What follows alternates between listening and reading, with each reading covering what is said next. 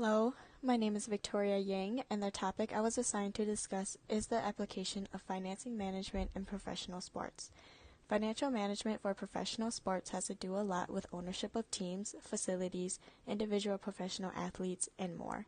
Owners must handle financial situations to make sure they don't spend too much money on one certain goal, but to expand their goals and equally spend their expenses within each goal. In the professional sport league, they need other franchises to occur so that games and meets can be programmed for the teams or facilities.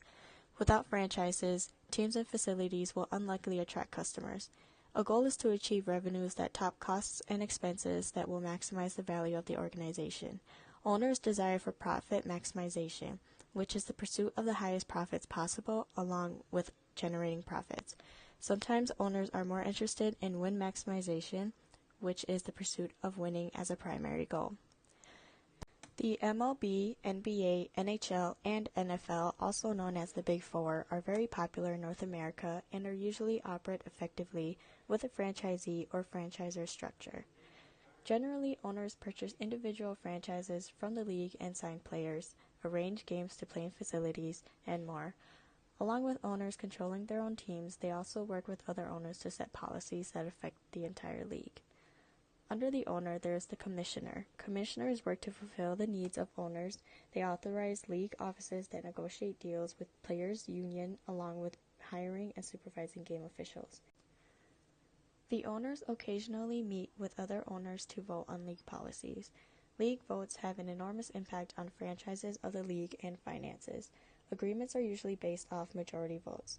Later, Aaron will go more in depth that commissioners are also able to vote, but to an extent.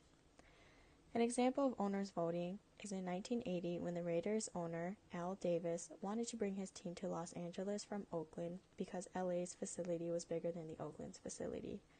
As you know, the Raiders are still located in Oakland to this day because that suggestion from Al Davis was vetoed from 22 to 0.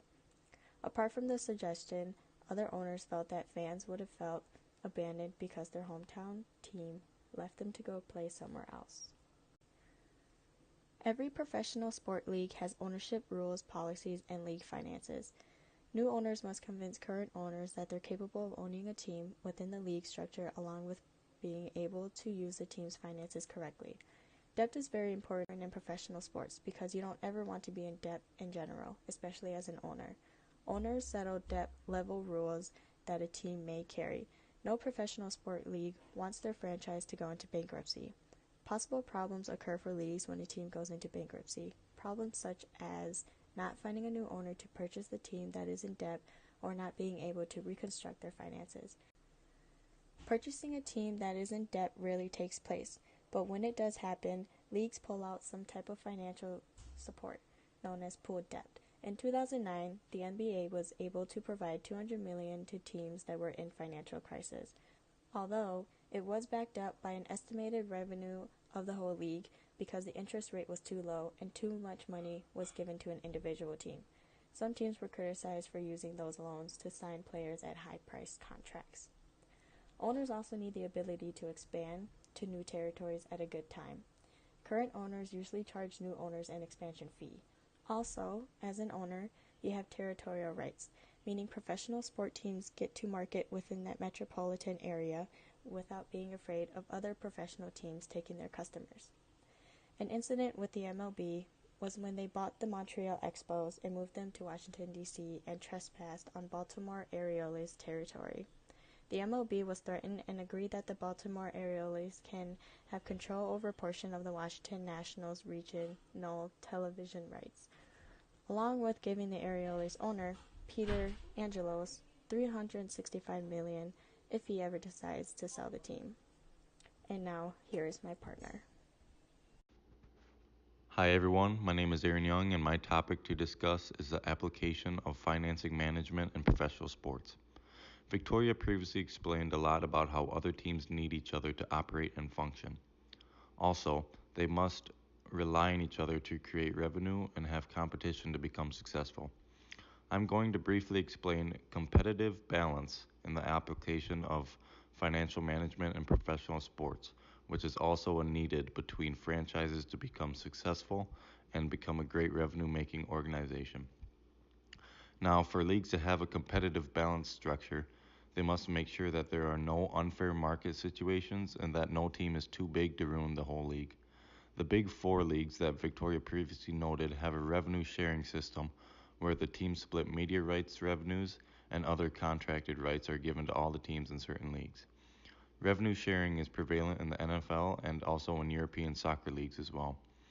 Although there are no way leagues such as the NBA, NFL, and MLB can fully create a 100% competitive balance because of the new ways to create revenue, they try and put restrictions on as much as possible. The free agency situations in these leagues create such a huge debacle because some of these super teams are trying to bring in all the league's best talent. Although the leagues do have a set salary cap, which is a cap amount of money that teams can spend in a year, so that each team has a fair playing field with spending power, these players will still go to their destination of choice regardless of some of the money situations. So even though these leagues are setting competitive balance with salary caps, they still have no power over players' choices that can create a seemingly unfair advantage to lower market teams in lower class establishments compared to a higher market team place such as LA, New York, or Miami. Without any competitive balance restrictions on these franchises and leagues, then nobody would want to try and compete and ruin each league one by one. Just like Victoria said that these franchises rely on each other, and to keep them all competing is a goal for the league, become as completely balanced as possible and have the most entertaining outcomes for the league's best to compete at. Commissioners of these leagues do have the most power to create and veto a competitive advantage and disadvantage situation. Commissioners are looked at in the most leagues as evil and too powerful. These commissioners are the key to creating a great atmosphere for these players and the fans. They try and keep the league as competitive as possible and as balanced as possible, which is exactly what we're looking for in a competitive balance situation. Here are some competitive balance situations that the commissioners have control over that we have seen in the past and they have enforced on the league. Former NBA Commissioner David Stern wasn't always looked at in the greatest respect, but that is equivalent with all sports commissioners as well.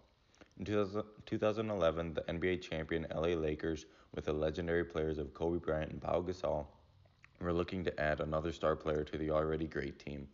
They then sent a trade to the New Orleans Hornets to get their star player Chris Paul to play for the Lakers, in which both teams accepted the terms and in which the Hornets would receive a star player in return from the Lakers, but they accepted it regardless for some reason. The commissioner saw that these new Lakers with the new acquisition of Chris Paul would be almost impossible to compete with and had the power into vetoing the whole contract and the whole already accepted trade to keep the league as competitively balanced as possible. I see this as a great example in commissioners working on competitive advantage and competitive balance as much as possible within their own rights to do so. The commissioner doesn't, however, have the power to veto a free agent signing. If he could, I'm sure the Golden State Warriors would not have Kevin Durant right now. Also, the commissioner and the league has a right to tell players that they cannot sit out random games. They have made that clear in the NBA that if players sit out for no reason, they will be fined heavily to keep the competition balanced and to keep as many viewers as possible and the revenue growing. There are ways that owners of the teams can financially get the leagues to slip out of a competition balance with free agency signings. There is nothing that the commissioner can do at this point because it is solely based on the finances that the team wants to use their salary cap on and try and bargain with players to become part of the franchise for lower money because of previous success or the area that they're playing in is much more luxurious place.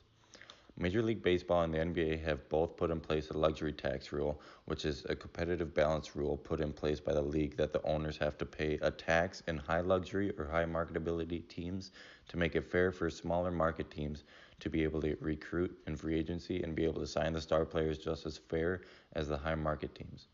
This luxury tax, however, goes for all the teams that go over the salary caps, and they all must pay the luxury tax as a penalty. For example, the New York Yankees have been going over their salary cap for years and years to come on purpose to sign some of the greatest players that they can, but then they spend millions more just on luxury tax. They're expected in 2019 to spend over $11 million in luxury tax towards the league because of high-paid signees. Another example into why leagues haven't implemented this luxury tax is because they first haven't seen enough flaws in a straight base salary cap to need a luxury tax option. The NFL creates enough revenue to not need this option, but also we are seeing a pretty competitively balanced field in the NFL. Star players are moving from high market areas to low market areas because of issues and non success. We just saw New York's best, Odell Beckham Jr., leave New York to play in Cleveland, of all places. That is a competitively balanced league. For a league to be completely 100% balanced financially and competitively is a far fetched idea, but the rules and implementations in place in the top four leagues that I stated have made these leagues successful today and making every organization a lot of money and keeping finances fair. It takes a lot of work with the commissioner's rules and the league's officials to be on the same page, and with the owners to make everything is coming together as balanced as possible is ultimate goal for success in revenue creation and consumer loyalty. Now this is the reason why competitive balance is very important. Professional sport league and franchise is continually finding new ways to gain revenue that help with their financial issues. One way that franchises develop revenue is by selling large numbers of tickets prior to seasonal games. Many ways to attract a large number is by advertising luxury suites and club seatings to high-end customers who can afford to see certain areas of the facility. Another way to earn revenue is by having customers purchase a seat license. The personal seat license lets one customer purchase a specific seat in the facility that day. The permanent seat license lets one customer purchase a seat in the facility for the life of the facility and can also sell or exchange their tickets. Ticket reselling is a disadvantage to gain revenue. This is where tickets are being bought and sold in a secondary ticket market by individuals on the street like back in the day. Now, owners team up with other ticket sellers for their secondary ticket resale operations, such as StubHub. Variable ticket pricing has proven that it's a great way to sell tickets at a valuable cost. For example, if a game is highly demanded, costs of tickets will rise. If games are lower demanded, ticket prices will fall. Fantasy sports and gambling is a great way to boost revenue. Millions of participants draft a team and compete against other league participants. There are websites such as DraftKings and FanDuel that many fans participate in. The NFL, NBA, and NHL are usually the main sports to gamble in professional sports. Every professional sport league and franchise will always find a way to financially raise profitability. Professional sports have some of the same aspects as other businesses, but no person can expect to be a member of a franchise without the understanding of numbers that drive a business.